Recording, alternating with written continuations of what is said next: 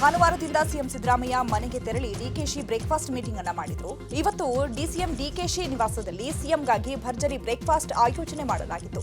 ಇವತ್ತು ಕೂಡ ಬ್ರೇಕ್ಫಾಸ್ಟ್ ಮೀಟಿಂಗ್ನಲ್ಲಿ ಸಾಕಷ್ಟು ವಿಚಾರಗಳನ್ನು ಚರ್ಚೆ ಮಾಡಲಾಗಿತ್ತು. ಉಪಹಾರ ಕೂಟದಲ್ಲಿ ಸಿಎಂಗಾಗಿ ವಿಶೇಷ ನಾಟಿ ಕೋಳಿ ಸಾರು ತಯಾರಿಸಲಾಗಿತ್ತು. ಸದಾಶಿವನಗರದಲ್ಲಿರುವ ಡಿಸಿಎಂ ನಿವಾಸಕ್ಕೆ ಆಗಮಿಸಿದ ಸಿಎಂ ಇಡ್ಲಿ ಜೊತೆ ನಾಟಿ ಕೋಳಿ ಖಾದ್ಯ ಸೇವನೆ ಮಾಡಿದರು. ಬ್ರೇಕ್ಫಾಸ್ಟ್ ಸಭೆ ಬಳಿಕ ಡಿಕೆ ಶಿವಕುಮಾರ್ ಯಾವಾಗ ಸಿಎಂ ಆಗ್ತಾರೆ ಎಂಬ ಪ್ರಶ್ನೆಗೆ ಉತ್ತರಿಸಿದ ಸಿಎಂ ಸಿದ್ದರಾಮಯ್ಯ, ಹೈಕಮಾಂಡ್ ಹೇಳಿದಾಗ ಡಿಕೆಶಿ ಸಿಎಂ ಆಗ್ತಾರೆ ಅಂದರು. ಹೈಕಮಾಂಡ್ ಹೇಳಿದಾಗ ಹೈಕಮಾಂಡ್ ಹೇಳಿದಾಗ ಹೈಕಮಾಂಡ್ ಹೇಳಿದಾಗ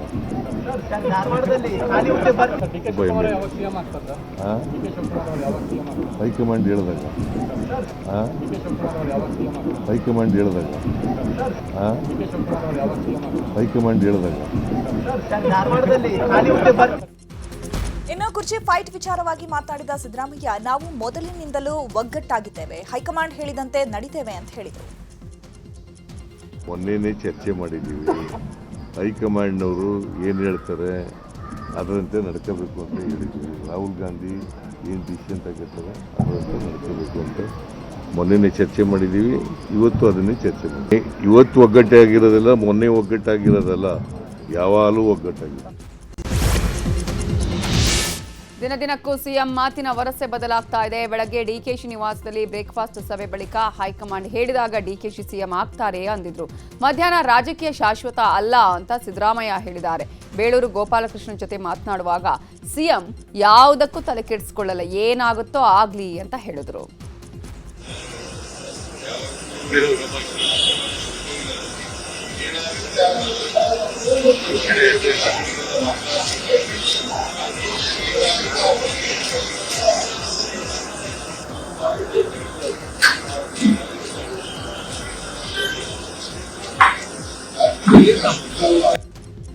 ರಾಜಕೀಯ ಶಾಶ್ವತ ಅಲ್ಲ ಅನ್ನೋ ಸಿದ್ದರಾಮಯ್ಯ ಅವರ ಹೇಳಿಕೆ ವಿಚಾರವಾಗಿ ಶಾಸಕ ಬೇಳೂರು ಗೋಪಾಲಕೃಷ್ಣ ಸ್ಪಷ್ಟನೆ ಕೊಟ್ಟಿದ್ದಾರೆ. ಬೆಂಗಳೂರಲ್ಲಿ ಮಾತಾಡಿದ ಅವರು, ಸಿಎಂ ಮತ್ತು ನನ್ನ ನಡುವೆ ನಡೆದ ಸಂಭಾಷಣೆ ವೇಳೆ ಸಿಎಂ ಖುಷಿಯಾಗಿದ್ರು. ನಾನು ಬ್ರೇಕ್ಫಾಸ್ಟ್ ಬಗ್ಗೆ ಕೇಳಿದಾಗ ಮಾತಾಡಿದ್ರು. ನಾಯಕತ್ವ ಬದಲಾವಣೆ ವಿಚಾರವಾಗಿ ಅವರು ಹೇಳಲಿಲ್ಲ ಅಂತ ಹೇಳಿದ್ರು. ಏನ್ ಸಾರ್ ಬಹಳ ಖುಷಿಯಾಗಿದ್ರಿ, ನಾಟಿ ಕೋಳಿ ಎಲ್ಲ ಚೆನ್ನಾಗಿತ್ತ ಸಾರ್ ಅಂತ ಕೇಳಿದೆ. ಸಹಜವಾಗಿ ಕೇಳಿದ, ಬೇರೆ ಏನಿಲ್ಲ. ಅವಾಗ ಏನೋ ಗೋಪಾಲ್ ಭಾರಿ ಚೆನ್ನಾಗಿ ಇತ್ಕಣೋ, ಇದು ಮೈಸೂರು ಮಾದರಿಯಲ್ಲಿ ಮಾಡಿದ್ರು, ನನಗೆ ಭಾಳ ಇಷ್ಟ ಆಗಿತ್ತು, ನಾನು ಒಳ್ಳೆ ತಿಂಡಿ ತಿಂದೆ ಕಣೋ, ಚೆನ್ನಾಗಿದೆ ಅಂತ ಹೇಳ್ತಾ ಮಾತಾಡ್ತಾ ಬಂದರು. ನನಗೂ ಏನೋ ಕಲರ್ಫುಲ್ಲಾಗಿ ಬಂದ್ಬಿಟ್ಟಿದೆಯಲ್ಲೋ ಏನೋ ಹಂಗೆ ಅಂದರು. ಯಾವಾಗಲೂ ಮಾಮೂಲಲ್ಲ ಸರ್ ನಾನು ಬರೋದೇ ಅಂತ, ಕರೆಕ್ಟ್ ಕಣ ಅಂತ ಹೇಳಿದ್ರು. ಭಾಳ ಖುಷಿ, ಆ ಸಂತೋಷದಲ್ಲಿ ಇದ್ದರು. ಬೇರೆ ಬೇರೆ ಏನು ಹೇಳಿಲ್ಲ ಅವರು. ಅದರ ಬಗ್ಗೆನೇ ಮಾತಾಡ್ತಾ ಬಂದರು. ಬಿಟ್ಟರೆ ಬೇರೆ ರಾಜಕೀಯವಾಗಿ ಗೊಂದಲದ ಬಗ್ಗೆ ಅದು ಏನು ಹೇಳಿಲ್ಲ. ಖುಷಿಯಲ್ಲೇ ಇದ್ದರು ಅಷ್ಟೇ. ಖುಷಿಯಾಗಿದ್ದಾರೆ. ಗೋಪಾಲ್ ಇವೆಲ್ಲ ರಾಜಕೀಯ ಬಿಡೋ, ಇದೆಲ್ಲ ಇದ್ದೇ ಇರುತ್ತಲ್ಲ ಅನ್ನೋ ರೀತಿಯಲ್ಲಿ ಹೇಳಿದ್ದಾರೆ. ಬಿಟ್ಟರೆ ಅವ್ರು ಯಾವತ್ತೂ ಆ ಥರ ನೋವಿನಿಂದ ಇನ್ನೊಂದಿಂದ ಹೇಳಿಲ್ಲ. ಎಷ್ಟು ಖುಷಿಯಾಗಿ ಬಂದರು. ಯಾಕೆಲ್ಲ ಅಲ್ಲಿದ್ದ ಹೆಗಲ ಮೇಲೆ ಕೈ ಹಾಕೋ ಬಂದು ನಿಮ್ಮ ಟಿ ವಿವರೆಗೂ ಬಂದು ಹೇಳಿದಾರಲ್ವಾ. ಹಾಗಾಗಿ ಈ ಥರ ಏನು ಆ ಥರ ಇರಲಿಲ್ಲ. ಸಿಎಂ ಬಳಿಕ ಮಾತನಾಡಿದ ಡಿಸಿಎಂ ಡಿಕೆ ಶಿವಕುಮಾರ್, ಸಿಎಂರನ್ನ ಕರೆದಿದ್ದೆ, ನಮ್ಮ ಮನೆಯಲ್ಲಿ ಸಂತೋಷದಿಂದ ಇಬ್ಬರು ತಿಂಡಿ ತಿಂದಿದ್ದೇವೆ. ರಾಜಕೀಯ ಪಕ್ಷ ಹಾಗೂ ಸರ್ಕಾರ ಅಸೆಂಬ್ಲಿಯ ಬಗ್ಗೆ ಚರ್ಚೆ ಮಾಡಿದ್ದೇವೆ. ಜೊತೆಗೆ ಶಾಸಕರಿಗೆ ಏನ್ ಸಂದೇಶ ಕೊಡಬೇಕು ಅಂತ ಚರ್ಚೆ ಮಾಡಿದ್ದೇವೆ ಅಂತ ಹೇಳಿದರು. ಮುಖ್ಯಮಂತ್ರಿಗಳ ಫಸ್ಟ್ ನಾನೇ ಬನ್ನಿ ಅಂತ ಕರೆದಿದ್ದೆ. ಇಲ್ಲ, ನೀನು ಮೊದಲು ನನ್ನ ಮನೆಗೆ ಬಾ ಅಂತ ಹೇಳಿದರು. ಸೊ ಅವ್ರ ಮನೆಯಲ್ಲಿ ನಮ್ಮ ಬ್ರೇಕ್ಫಾಸ್ಟ್, ಅವ್ರು ಹೇಳ್ದಂಗೆ ವೆಜಿಟೇರಿಯನ್ ಬ್ರೇಕ್ಫಾಸ್ಟ್ ಆಯಿತು. ಇವತ್ತು ನಮ್ಮ ಮನೆಗೆ ಅವ್ರನ್ನ ಆಹ್ವಾನಿಸಿದ್ದೆ. ಸೊ ಬಂದು ನಾವು ಇಬ್ಬರೂ ಕೂಡ ಭಾಳ ಸಂತೋಷದಿಂದ ಬ್ರೇಕ್ಫಾಸ್ಟನ್ನು, ನಮ್ಮ ಮನೆ ಬ್ರೇಕ್ಫಾಸ್ಟು, ಅವ್ರು ಮೈಸೂರದೇ ಬ್ರೇಕ್ಫಾಸ್ಟ್ ಅದು. ಯಾಕೆಂದರೆ ಮೈಸೂರು ಮೈಸೂರು ಟೇಸ್ಟು. ಸೊ ಅವ್ರದ್ದೇ ಬ್ರೇಕ್ಫಾಸ್ಟ್ ಅದು. ಸೊ ಎಲ್ಲ ಬ್ರೇಕ್ಫಾಸ್ಟ್ ಎಲ್ಲ ಮಾಡಿದ್ದೀವಿ. ಮಾಡಿದ್ಮೇಲೆ ರಾಜಕೀಯವಾಗೂ ಕೂಡ ಚರ್ಚೆ ಮಾಡಿದ್ದೀವಿ. ತರಬೇಕು, ಶಾಸಕರಿಗೆ ಏನು ಸಂದೇಶ ಕೊಡಬೇಕು, ಯಾವ ರೀತಿ ಹೋರಾಟ ಮಾಡಬೇಕು, ಅವ್ರು ಏನೇನು ವಿಚಾರಗಳನ್ನು ತರ್ಬೋದು ಅನ್ನೋದು ಈಗಾಗಲೇ ಮುಖ್ಯಮಂತ್ರಿಗಳು ತಿಳಿಸಿದ್ದಾರೆ. ಅವ್ರು ಏನೇ ತಂದರೂ ಕೂಡ ನಾವು ಎದುರಿಸ್ತೇವೆ. ಪರಮೇಶ್ವರ್ಗೆ ಬ್ರೇಕ್ಫಾಸ್ಟ್ ಮೀಟಿಂಗ್ಗೆ ಆಹ್ವಾನ ಇರಲಿಲ್ಲ. ಹೀಗಾಗಿ ಪರಮೇಶ್ವರ್ ತಾವೇ ಸಿಎಂ ಹಾಗೂ ಡಿಸಿಎಂ ಇಬ್ಬರಿಗೂ ತಮ್ಮ ಮನೆಗೆ ಬ್ರೇಕ್ಫಾಸ್ಟ್ಗೆ ಆಹ್ವಾನಿಸಲು ಚಿಂತನೆ ನಡೆಸಿದ್ದಾರೆ ಎನ್ನಲಾಗಿದೆ. ಶೀಘ್ರದಲ್ಲೇ ಇನ್ನೊಂದು ಬ್ರೇಕ್ಫಾಸ್ಟ್ ಮೀಟಿಂಗ್ ನಡೆಯುವ ಎಲ್ಲ ಸಾಧ್ಯತೆ ಇದೆ. ನಾಳೆ ರಾಜ್ಯಕ್ಕೆ ಎಐಸಿಸಿ ಕಾರ್ಯದರ್ಶಿ ಕೆಸಿ ವೇಣುಗೋಪಾಲ್ ಭೇಟಿ ನೀಡಲಿದ್ದಾರೆ. ನಾಳೆ ಮಂಗಳೂರಿನ ಕೋಣಾಜೆಯಲ್ಲಿ ಗುರುಗಾಂಧಿ ಸಂವಾದದಲ್ಲಿ ಪಾಲ್ಗೊಳ್ಳಲಿದ್ದಾರೆ ಕೆಸಿವಿ. ಇದೇ ಕಾರ್ಯಕ್ರಮದಲ್ಲಿ ಸಿಎಂ ಕೂಡ ಭಾಗಿಯಾಗಲಿದ್ದಾರೆ. ಈ ವೇಳೆ ಪ್ರಸಕ್ತ ಬೆಳವಣಿಗೆಗಳ ಕುರಿತು ಚರ್ಚೆ ನಡೆಯುವ ಸಾಧ್ಯತೆ ಇದೆ. ಪಾರ್ಟಿ ಹೈಕಮಾಂಡ್ ನಾಯಕರನ್ನಾರು ಭೇಟಿ ಆಗ್ತೀರಾ ಸರ್?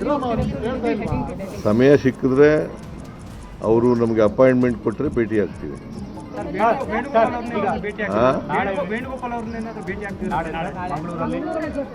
ನಾಳೆ ಹೌದು, ಒಂದೇ ಫಂಕ್ಷನಲ್ಲಿ ಇರ್ತೀನಿ.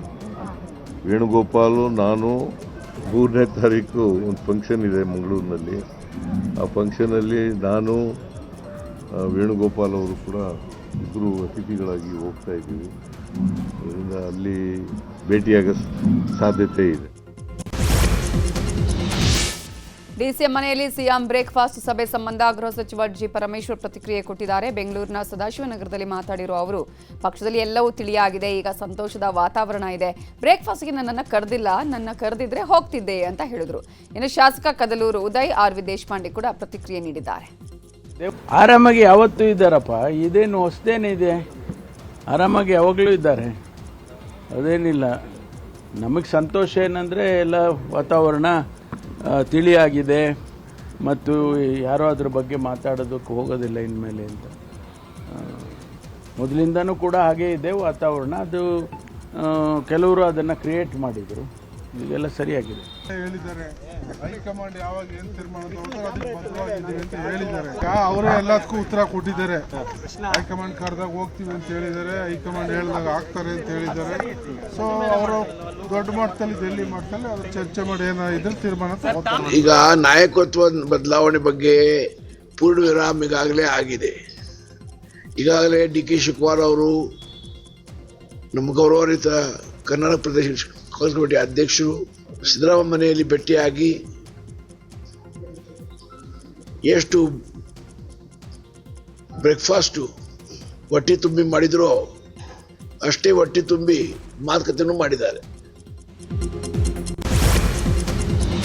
ಕಾಂಗ್ರೆಸ್ನಲ್ಲಿ ಬ್ರೇಕ್ಫಾಸ್ಟ್ ಪಾಲಿಟಿಕ್ಸ್ ಮಧ್ಯೆ ಸಚಿವ ಸ್ಥಾನದ ಆಕಾಂಕ್ಷಿಗಳು ಏರ್ತಾ ಇದ್ದಾರೆ. ನಮಗೂ ಸಚಿವನಾಗುವಂತಹ ಆಸೆ ಇದೆ ಅಂತ ಶಾಸಕ ಬಾಲಕೃಷ್ಣ ಹೇಳಿದ್ದಾರೆ. ಬೆಂಗಳೂರಿನಲ್ಲಿ ಮಾತನಾಡಿದ ಅವರು, ನಾನು 5 ಬಾರಿ ಶಾಸಕನಾಗಿದ್ದೇನೆ, ಸಚಿವರಾಗುವ ಆಸೆ ಇದೆ, ಅದಕ್ಕೆ ಅವಕಾಶ ಮಾಡಿಕೊಡಿ ಅಂತ ಕೇಳ್ಕೊಳ್ತೇವೆ ಅಂತ ಹೇಳಿದರು. ಬ್ರೇಕ್ ಬೀಳಲೇಬೇಕಲ್ಲ, ಎಲ್ಲರೂ ಒಂದು ಕಡೆ ಅಂತ್ಯ ಕಾಣಲೇಬೇಕಲ್ಲ.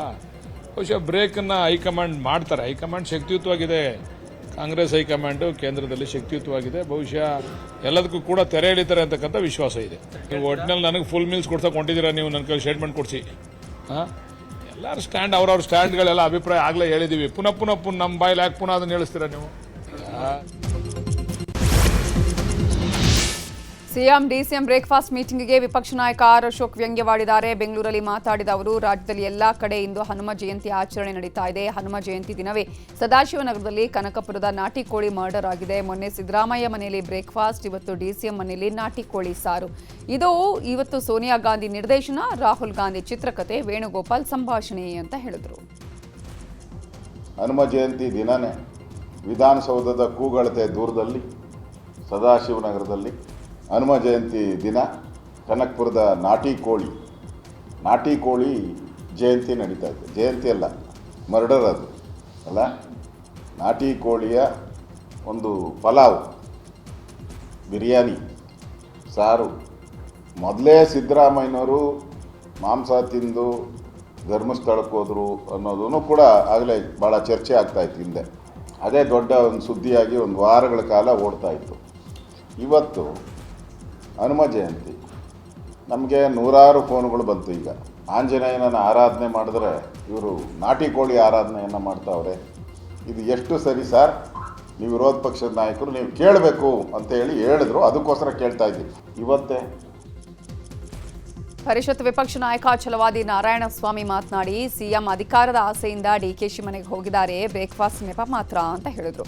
ಇತ್ತ ಸಿಟಿ ರವಿ, ಎನ್ ರವಿಕುಮಾರ್, ಶಾಸಕ ಯಶ್ಪಾಲ್ ಸುವರ್ಣ, ಮೂಡ ಕೈ ನಾಯಕರ ವಿರುದ್ಧ, ಇವರೆಲ್ಲರೂ ಕೂಡ ಕಾಂಗ್ರೆಸ್ ನಾಯಕರ ವಿರುದ್ಧ ವ್ಯಂಗ್ಯವಾಡಿದ್ದಾರೆ. ಇಬ್ಬರು ಒಂದೇ ಪಕ್ಷದಲ್ಲಿದ್ದರೂ ಕೂಡ ಒಬ್ಬರ ಮನೆಗೆ ಒಬ್ಬರು ಹೋಗ್ಲಾರ್ದಂತ ಪರಿಸ್ಥಿತಿ ಇತ್ತು. ಈಗ ಅಧಿಕಾರ ಆಸೆಯಿಂದ ಇವ್ರು ಉಳಿಸ್ಕೊಳ್ಬೇಕು ಅಂತ ಅವ್ರ ಮನೆಗೆ ಹೋಗವ್ರೆ, ಅವ್ರು ಗಳಿಸ್ಕೊಳ್ಬೇಕು ಅಂತ ಅವ್ರ ಮನೆಗೆ ಹೋಗಿದ್ದಾರೆ. ಇದು ನೆಪ ಮಾತ್ರ ಬ್ರೇಕ್ಫಾಸ್ಟ್. ಮನಸ್ಸುಗಳಿಗೆ ಅವ್ರ ಮನೇಲಿ ಇವ್ರು ತಿಂಡಿ ತಿನ್ನೋದು, ಇವ್ರ ಮನೇಲಿ ಅವ್ರು ತಿಂಡಿ ತಿನ್ನೋದೇ ದೊಡ್ಡ ಸಂಗತಿಯಾಗಿದೆ. ಚರ್ಚೆ ಆಗಬೇಕಾಗಿದ್ದು ರೈತರ ಆತ್ಮಹತ್ಯೆ, ಚರ್ಚೆ ಆಗಬೇಕಾಗಿದ್ದು ಸರ್ಕಾರಿ ನೌಕರರ ಆತ್ಮಹತ್ಯೆ. ಅದೊಂದು ರೀತಿಯಲ್ಲಿ ಸರ್ಕಾರಿ ನಿರ್ಲಕ್ಷ್ಯದ ಕೊಲೆ. ಇದು ಚರ್ಚೆ ಆಗಬೇಕಿತ್ತು. ಅದರ ನಿನ್ನೆಯಿಂದ ನಾನು ನೋಡ್ತಾ ಇದ್ದೇನೆ ಟಿವಿಗಳಲ್ಲಿ, ಪತ್ರಿಕೆಗಳಲ್ಲಿ ನಾಟಿ ಕೋಳಿ ಬಗ್ಗೆ ಚರ್ಚೆ ನಡೀತಾ ಇದೆ. ನಾನು ಡಿ ಕೆ ಶಿವಕುಮಾರ್ ಅವರಿಗೆ ಮತ್ತು ಸಿದ್ದರಾಮಯ್ಯ ಅವರಿಗೆ ಕೇಳೋದಕ್ಕೆ ಬಯಸ್ತೇನೆ, ಕರ್ನಾಟಕ ರಾಜ್ಯದಲ್ಲಿ ಎಲ್ಲಾ ಸಮಸ್ಯೆಗಳು ಸಾಲ್ವ್ ಮಾಡೋದಾದ್ರೆ ನಾಟಿ ಕೋಳಿನೇ ಎಲ್ಲರಿಗೂ ಕೊಟ್ಬಿಡೋದು ಒಳ್ಳೇದು. ಯಾಕೆಂದ್ರೆ ಹೊಸ ಒಂದು ಹ್ಯಾಶ್ಟ್ಯಾಗ್ನಲ್ಲಿ ಇವತ್ತು ಕಾಂಗ್ರೆಸ್ ಸರ್ಕಾರ ಇದೆ. ಬ್ರೇಕ್ಫಾಸ್ಟ್, ಒಮ್ಮೆ CM ಕರೆಯೋದು, ಒಮ್ಮೆ DCM ಕರೆಯೋದು. ಅದರ ಅರ್ಥ, ಈ ಬ್ರೇಕ್ಫಾಸ್ಟ್ನ ಅರ್ಥ ಏನೆಂಬುದನ್ನು ನಾವು ಅರ್ಥ ಮಾಡಬೇಕಾಗ್ತದೆ. ಬ್ರೇಕ್ಫಾಸ್ಟ್ ಅಂತ ಹೇಳಿದರೆ ಯಾರನ್ನು ಉರುಳಿಸೋದಾ ಅಥವಾ ಯಾರನ್ನು ಕುರ್ಚಿಯಲ್ಲಿ ಕುತ್ಕೊಳಿಸೋದಾ ಅಥವಾ ಕೇವಲ ಜನರನ್ನು ಮಂಕು ಮಾಡಲಿಕ್ಕೆ ಈ ಬ್ರೇಕ್ಫಾಸ್ಟಿಗೆ ಕರೆಯುವಂಥದ್ದು ಅಂತ ಒಂದು ಇದು. ಅದರಿಂದ ಇತ್ತೀಚೆಗೆ ದೆಹಲಿಗೆ ಹೋಗಿದ್ದ ಕಿತ್ತೂರು ಶಾಸಕ ಬಾಬಾ ಸಾಹೇಬ್ ಪಾಟೀಲ್ ರಾಜ್ಯದಲ್ಲಿ ಸಿಎಂ ಬದಲಾವಣೆ ಚರ್ಚೆ ಬಗ್ಗೆ ಪ್ರತಿಕ್ರಿಯೆ ನೀಡಿದ್ದಾರೆ. ಬೆಳಗಾವಿಯಲ್ಲಿ ಮಾತನಾಡಿದ ಅವರು, ಇನ್ನೊಂದು ವಾರ ಬಿಟ್ಟು ಎಲ್ಲ ಹೇಳ್ತೇನೆ. ದೆಹಲಿಗೆ ಹೋಗಿದ್ದು ನಿಜ, ಏನಾಯ್ತು, ಏನ್ ಮಾತನಾಡಿದ್ವಿ ಅಂತ ಹೇಳ್ತೇನೆ ಅಂತ ಹೇಳಿದರು. ಸಿಎಂ ಸಿದ್ದರಾಮಯ್ಯ ಅಹಿಂದದ ಹೆಸರಲ್ಲಿ ಲಾಭ ಪಡೆದಿದ್ದಾರೆ ಅಂತ ಶಿರ್ಸಿಲಿ ಪ್ರಣವಾನಂದ ಸ್ವಾಮೀಜಿ ಆರೋಪಿಸಿದ್ದಾರೆ. ಡಿಕೆಶಿಗೆ ಸಿಎಂ ಸ್ಥಾನ ಬಿಟ್ಟುಕೊಡಬೇಕು, ಕುರ್ಚಿ ಕದನದಿಂದ ಜನರ ಸಮಸ್ಯೆ ತಕ್ಷಣ ಬಗೆಹರಿಸಬೇಕು ಅಂತ ಆಗ್ರಹಿಸಿದರು. ರಾಜ್ಯ ಬಿಜೆಪಿಯಲ್ಲೂ ನಾಯಕತ್ವದ ಬಿಕ್ಕಟ್ಟು ಜೋರಾಗಿದೆ. ರಾಜ್ಯಾಧ್ಯಕ್ಷ ಬಿವೈ ವಿಜಯೇಂದ್ರ ಬದಲಾವಣೆಗೆ ಬಿಜೆಪಿ ರೆಬಲ್ಸ್ ದೆಹಲಿ ಪರೇಡ್ ನಡೆಸಿದ್ದಾರೆ. ರಮೇಶ್ ಜಾರಕಿಹೊಳಿ, ಕುಮಾರ್ ಬಂಗಾರಪ್ಪ, ಮಹೇಶ್ ಕುಮಟಳ್ಳಿ ಸೇರಿದಂತೆ ಪ್ರಮುಖರು ದೆಹಲಿಯಲ್ಲಿ ಸಭೆ ನಡೆಸಿದ್ದಾರೆ. ರೆಬಲ್ಸ್ ಟೀಮ್ಗೆ ಸಾಥ್ ನೀಡಲು ಮಾಜಿ ಸಂಸದ ಜಿಎಂ ಸಿದ್ದೇಶ್ವರ್ ಹಾಗೂ ಶಾಸಕ ಬಿಪಿ ಹರೀಶ್ ದೆಹಲಿಯತ್ತ ಹೊರಟಿದ್ದಾರೆ. ಇನ್ನು ರೆಬಲ್ ನಾಯಕರು ದೆಹಲಿಗೆ ತೆರಳಿರೋ ವಿಚಾರವಾಗಿ ಛಲವಾದಿ ನಾರಾಯಣಸ್ವಾಮಿ ರಿಯಾಕ್ಷನ್ ಕೊಟ್ಟಿದ್ದು, ದೆಹಲಿಗೆ ಯಾರೂ ಹೋಗಬಾರ್ದಾ, ನಾನು ಯತ್ನಾಳ್ ಅವರ ಮನೆಗೆ ಭೇಟಿ ಕೊಟ್ಟು ತಿಂಡಿ ಮಾಡಿ ಬರ್ತೇನೆ, ಇದೆಲ್ಲ ಬಂಡಾಯ ಅಲ್ಲ ಅಂತ ಹೇಳಿದರು. ಪೋಕ್ಸೋ ಪ್ರಕರಣದಲ್ಲಿ ಮಾಜಿ ಸಿಎಂ ಬಿಎಸ್ ಯಡಿಯೂರಪ್ಪ ಅವರಿಗೆ ಸುಪ್ರೀಂ ಕೋರ್ಟ್ ಬಿಗ್ ರಿಲೀಫ್ ಕೊಟ್ಟಿದೆ. ಹೈಕೋರ್ಟ್ ಆದೇಶವನ್ನು ಪ್ರಶ್ನಿಸಿ ಯಡಿಯೂರಪ್ಪ ಮತ್ತು 4 ಸುಪ್ರೀಂ ಮೊರೆ ಹೋಗಿದ್ರು. ಇವತ್ತು ಸಿಜೆಐ ಸೂರ್ಯಕಾಂತ್ ನೇತೃತ್ವದ ತ್ರಿಸದಸ್ಯ ಪೀಠ ವಿಚಾರಣೆ ನಡೆಸಿ ಪೋಕ್ಸೋ ಕೋರ್ಟ್ನ ವಿಚಾರಣೆಗೆ ತಡೆ ಕೊಟ್ಟಿದೆ. ನಿನ್ನೆ ಮೈಸೂರಿನಲ್ಲಿ ಮಾಜಿ ಶಾಸಕ ಆರ್ವಿ ದೇವರಾಜ್ ಹೃದಯಾಘಾತದಿಂದ ನಿಧನ ಹೊಂದಿದ್ರು. ಇನ್ನು ಕೆಆರ್ ಮಾರ್ಕೆಟ್ನ ಬಳಿಯ ದೇವರಾಜ್ ನಿವಾಸಕ್ಕೆ ಪಾರ್ಥಿವ ಶರೀರ ತರಲಾಗಿದೆ. ಆರ್ವಿಟಿ ನಿವಾಸದಲ್ಲೇ ದೇವರಾಜ್ ಅಭಿಮಾನಿಗಳು ಮೃತದೇಹದ ಅಂತಿಮ ದರ್ಶನವನ್ನು ಪಡೆಯುತ್ತಾ ಇದ್ದಾರೆ. ನಾಳೆ ಕನಕಪುರ ರಸ್ತೆ ಬಳಿ ಇರುವ ಆರ್ವಿ ದೇವರಾಜ್ ಒಡೆತನದ ಜಮೀನಿನಲ್ಲಿ ಅಂತ್ಯ ಸಂಸ್ಕಾರ ನೆರವೇರಿಸಲಾಗುತ್ತೆ. ಇನ್ನು ದೇವರಾಜ್ ನಿಧನಕ್ಕೆ CM Siddaramaiah, DCM DK Shivakumar ಸಂತಾಪ ಸೂಚಿಸಿದ್ದಾರೆ. ದೇವರಾಜ್ ಪಕ್ಷದ ನಿಷ್ಠಾವಂತ ಕಾರ್ಯಕರ್ತ ಆಗಿದ್ರು. ಅವರ ಅಗಲಿಕೆಯಿಂದ ಪಕ್ಷಕ್ಕೆ ದೊಡ್ಡ ಹೊಡೆತ ಬಿದ್ದಿದೆ ಅಂತ ಹೇಳಿದರು.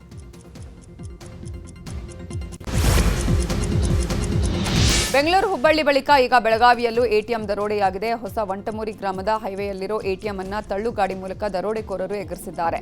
ಎಟಿಎಂನಲ್ಲಿರೋ ಸೆನ್ಸಾರ್ಗೆ ಶಬ್ದ ಬರದಂತೆ ಬ್ಲಾಕ್ ಸ್ಪ್ರೇ ಮಾಡಿ ಮಷಿನ್ ಹೊರತೆಗೆದಿದ್ದಾರೆ. ಖದೀಮರ ಐಡಿಯಾ ಕಂಡು ಪೊಲೀಸರು ಇದ್ದಂಗಾಗಿದ್ದಾರೆ.